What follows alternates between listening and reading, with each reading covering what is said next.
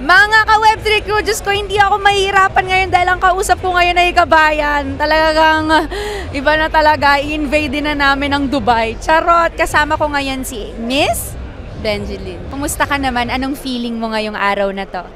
Excited po kasi parang this is one of the big event of here in UAE, GITEX, and this is the second venue for the GITEX. So I was excited to see the other stand because I'm working with a company who's doing a stand design and build.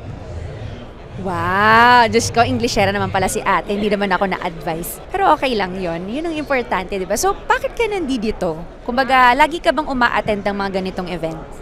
Opo, actually po, required po sa amin na umatid ng mga events kasi kailangan namin makita kung ano yung mga company na merong mga malalaking stand because kailangan namin makuha or makipag-communicate sa kanila as stand contractor nga po. So, nandito ka para makipag-network? Yes. At dahil dyan, marami ka na bang mga nakausap? So far, wala pa po kasi nag-take photos pa po ako ng whole event para dito sa side na to. Tapos mamaya magma-marketing po ako. Meron ka bang mga ine-expect ngayong araw na ito? Opo, actually gusto kong makausap yung mga stand na may mga malalaking stand dito. Baka meron kaming chances na mag-work sa kanila. Yun lang.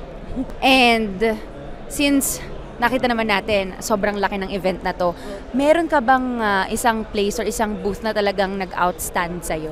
Actually, ito pong nasa likod ko, maliit lang siya pero more on innovative and marami po siyang technologies na parang napapansin ko which is very eye-catching po siya and the color also kasi pink. Dapat pumuesto ka na doon or mag-sign up ka kasi namimigay sila ng iPhone kada event.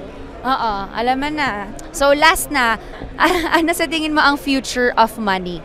So far po sa future of money, parang feeling ko po mas magiging cashless na siya kasi nowadays it's more innovative and para pong mas pinapadali nila yung process ng transactions. Kaya parang cashless na po siya for sure. Okay.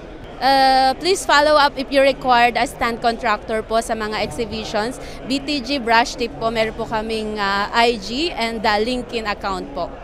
Thank you so much. Yan, no, diba? Marami pa tayong matututunan. Dito lang yan sa FOMO, the future of money.